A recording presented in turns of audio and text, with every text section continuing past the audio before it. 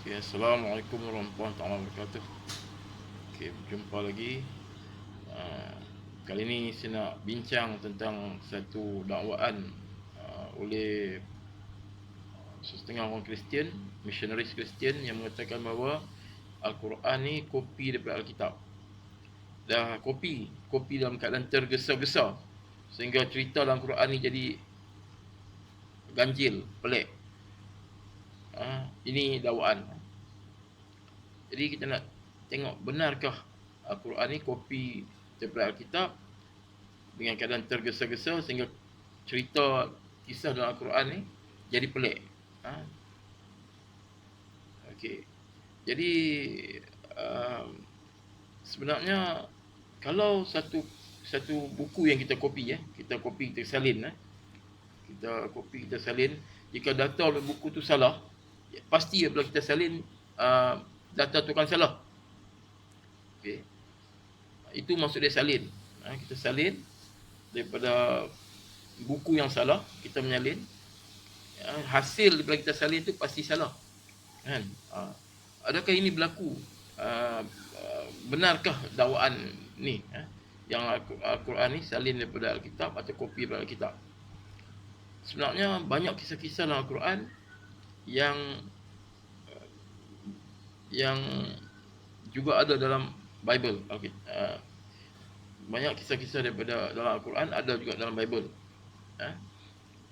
Tetapi kadang-kadang penceritaannya tidak sama. Tidak sama. Dan malah yang kita temui kisah-kisah dalam Alkitab amat ganjil, amat pelik dan tidak masuk akal. Sebenarnya Al-Quran didatangkan kepada Nabi SAW untuk membetulkan, mengkoreksi ajaran kitab-kitab terdahulu. Hal ni Allah SWT telah nyatakan dalam Al-Quran dalam surah Al-Ma'idah ayat 48 bahawa Al-Quran ni adalah muhaiminan alaih. Maksud dia adalah batu ujian terhadap kitab-kitab yang lain, kitab-kitab terdahulu. Maksud dia yardstick ataupun kayu ukur untuk kitab-kitab terdahulu, dan juga mengkoreksi kisah-kisah daripada kitab terdahulu yang tidak betul. Dan hari ini saya nak bawa satu contoh. Kita ambil daripada kitab daripada kisah Nabi Yusuf. Kisah Nabi Yusuf yang mana di dalam Al-Quran pun ada kisah Nabi Yusuf, dan dalam Alkitab Bible pun ada kisah Nabi Yusuf AS. Dan mana dikatakan dalam Al-Quran kisah Nabi Yusuf adalah kisah yang terbaik. Yang terbaik adalah Al-Quran. Walaupun kisah yang banyak dalam Al-Quran adalah tentang Nabi Musa AS, tetapi kisah yang terbaik adalah kisah tentang Nabi Yusuf. Okey, kita tengok dalam surah Yusuf ayat 12. Surah Yusuf surah 12 ayat keempat tentang mimpi Nabi Yusuf AS. Bahawa Nabi Yusuf AS bermimpi 11 kawkaban wasyamsa wal qamara ra'aituhum li sajidin. Bahawa 11 bintang, matahari, bulan, kulihat bersujud kepadaku. Ini Nabi Yusuf AS telah ceritakan kepada ayah dia Nabi Yaqub AS, bahawa dia telah melihat dalam mimpi dia satu penglihatan ataupun diperlihatkan bahawa 11 bintang, bulan, matahari bersujud kepada dia. Jadi ini yang dia nampak. Jadi perkara yang sama juga ada dalam Bible. Kita tengok Bible. Kita tengok di perjanjian lama, terjemahan Alkitab Indonesia, di Kejadian 37, 9 dan 10.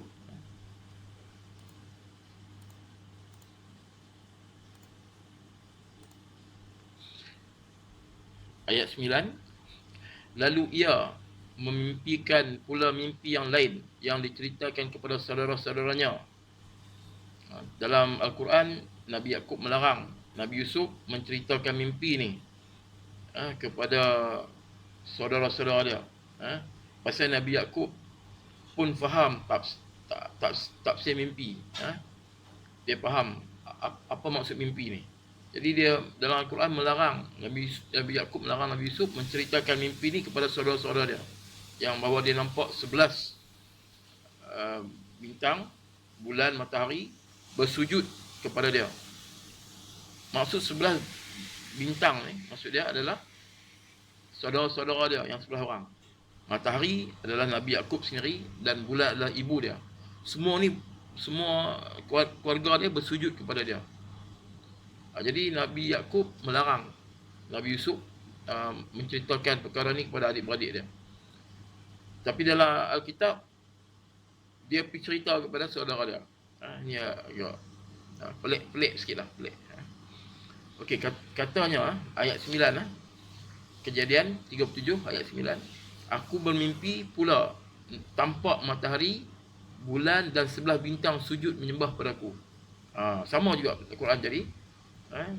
Mengatakan perkara yang sama tentang 11 bintang, bulan dan matahari sujud kepada dia. So sama, perkara ni sama. Al-Quran membenarkan kisah ni lah, bahawa ada mimpi Nabi Yusuf, membenarkan apa yang diceritakan dalam Alkitab. Benar, ini sama. Tentang 11 bintang, bulan dan matahari sujud kepada ni sama. Jadi ini dalam istilah Kristiani dipanggil nubuat, ataupun tanda-tanda seorang yang Allah tunjukkan, Tuhan tunjukkan tanda-tanda sebelum berlaku kejadian ni. Ini dipanggil nubuat. Nubuat. Maksud ini adalah nubuat yang sebelum perkara ni berlaku, masa kecil Nabi Yusuf dah nampak dah perkara ni, dia akan berlaku. Dan yang menarik tu dalam Alkitab Bible ni, Nabi Yakub pun faham benda ni. Nabi Yakub dalam ayat Kejadian 37 ayat 10, tadi ayat 9 sekarang ayat 10. Setelah hal ini diceritakan kepada ayah dan saudara-saudaranya, maka ia ditegur oleh ayahnya. Mimpi apamu itu? Mimpi apa mimpimu itu? Dia komplain. Nabi Yakub dalam Bible komplain. Mimpi apa mimpimu itu? Masakan aku dan ibumu serta saudara-saudaramu sujud menyembah kamu sampai ke tanah. Nabi Yakub komplain. Masakan aku dan saudara-saudaramu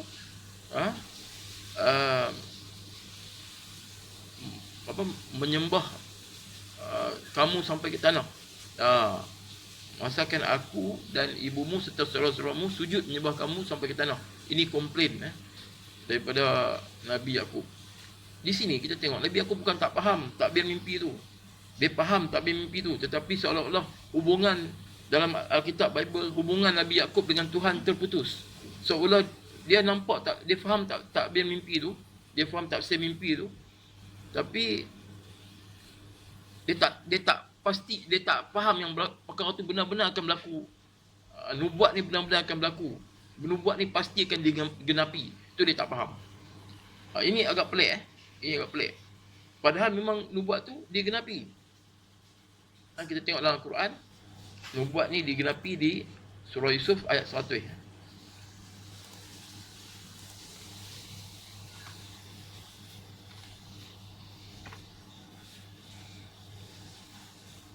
Dan ia menaikkan surah Yusuf ayat 100, dan ia menaikkan kedua ibu bapanya ke atas singgasana, dan mereka semuanya merebahkan diri seraya bersujud kepada Yusuf. Maksudnya di sini semua dia menaikkan ibu bapa, adik-beradik dia ke atas singgasana, dan mereka semua merebahkan diri seraya sujud kepada Yusuf, dan berkata Yusuf, wahai ayahku, inilah takbir mimpiku yang dahulu itu. Maksudnya yang dia telah ceritakan pada ayat 4 surah Yusuf tu, yang dia telah ceritakan kepada yang Nabi Yusuf AS telah ceritakan kepada Nabi Yakub AS. Maka digenapi di ayat 100, inilah takbir mimpiku yang dahulu itu. So digenapi takbir ni. Sesungguhnya Tuhanku telah menjadikannya satu kenyataan. Ini digenapi. Dan sesungguhnya Tuhanku telah berbuat baik kepadaku ketika ia membebaskan aku dari rumah penjara dan ketika membawa kamu dari dusun padang pasir. Setelah syaitan merosakkan hubungan antaraku dengan saudara-saudaraku, maka Nabi Yusuf telah tidak membalas perbuatan-perbuatan saudara-saudara dia dengan balasan yang tidak baik. Malah dia memaafkan dan dia memuliakan saudara-saudara, memuliakan ayah dan ibu dia. Jadi ini penggenapan ataupun apa yang berlaku, nubuat tu telah digenapi bahawa 11 bintang, bulan dan matahari bersujud kepada Nabi Yusuf. Tapi kita tengok dalam Alkitab pula. Alkitab ayat surah ayat Kejadian ayat 42, pasal 42 ayat 6. Okey, Nabi Yusuf dia telah menjadi orang besar di negeri Mesir. Dan apabila datang saudara-saudara Nabi Yusuf untuk mohon bantuan, padahal mereka tidak kenal Nabi Yusuf, mereka telah sujud kepada Nabi Yusuf. So yang sujud ni adalah saudara-saudara dia yang sebelah orang tu, sujud kepada Nabi Yusuf.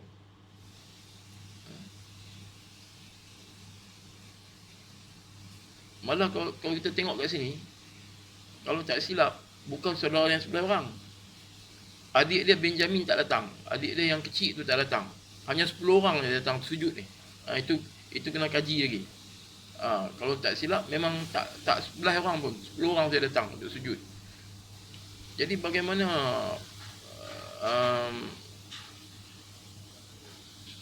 jadi dikatakan 11 bintang. Maksudnya 11 saudara-saudara dia. Tapi yang datang ni, seorang yang kecil tidak datang. Ada bersama Nabi Yaakob. Dan tidak dicerita ketika ni sama ada ibu dia masih hidup atau telah meninggal di dalam Alkitab Bible. So yang datanglah saudara yang 10 orang dan sujud kepada dia. Malah mereka bersujud 2 kali dikisahkan yang mereka telah bersujud. Satu di Kejadian 42 ayat 6 dan satu lagi di Kejadian 43 ayat 26.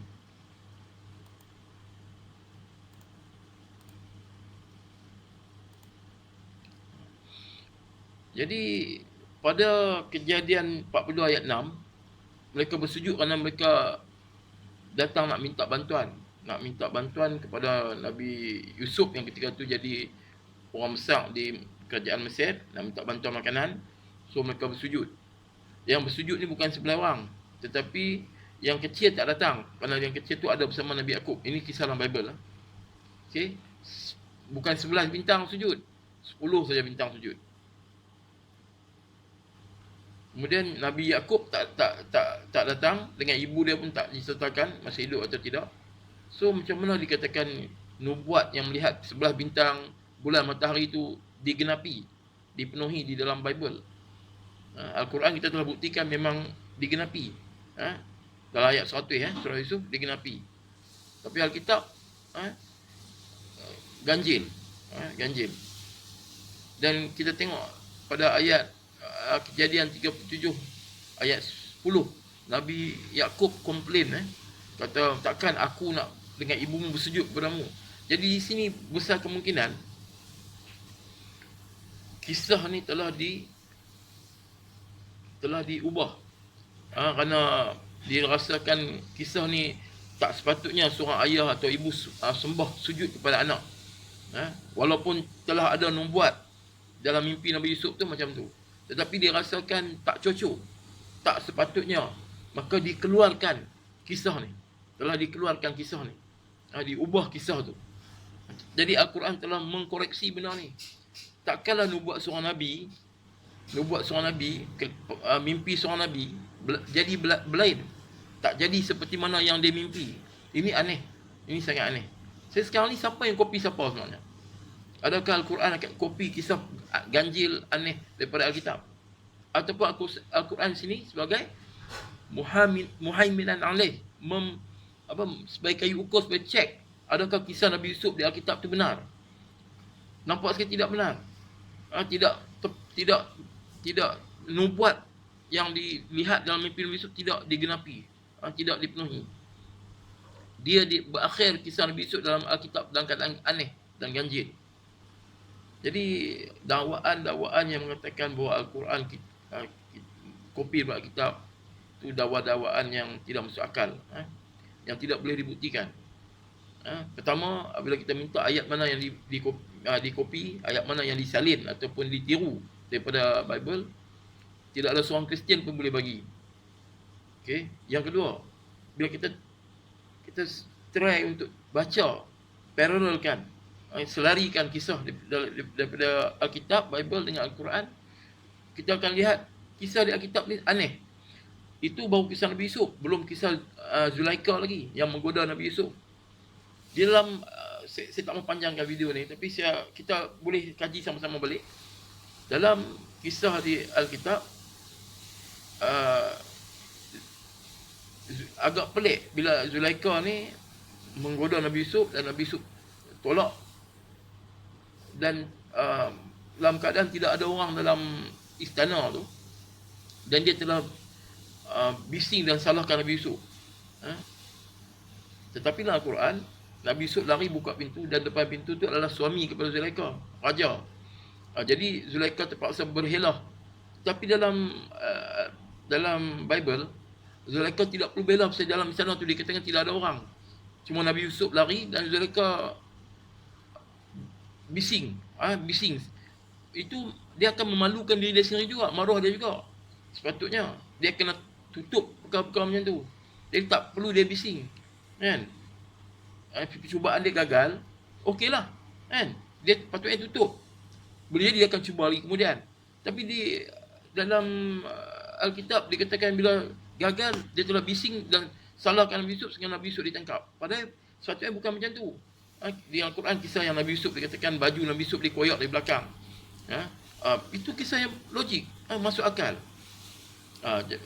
Saya ingat saya tak mau panjangkan, ni dah panjanglah video. Jadi itulah kesimpulan dia, Al-Quran tidak kopi daripada Alkitab. Malah Alkitab sangat aneh kisah-kisahnya.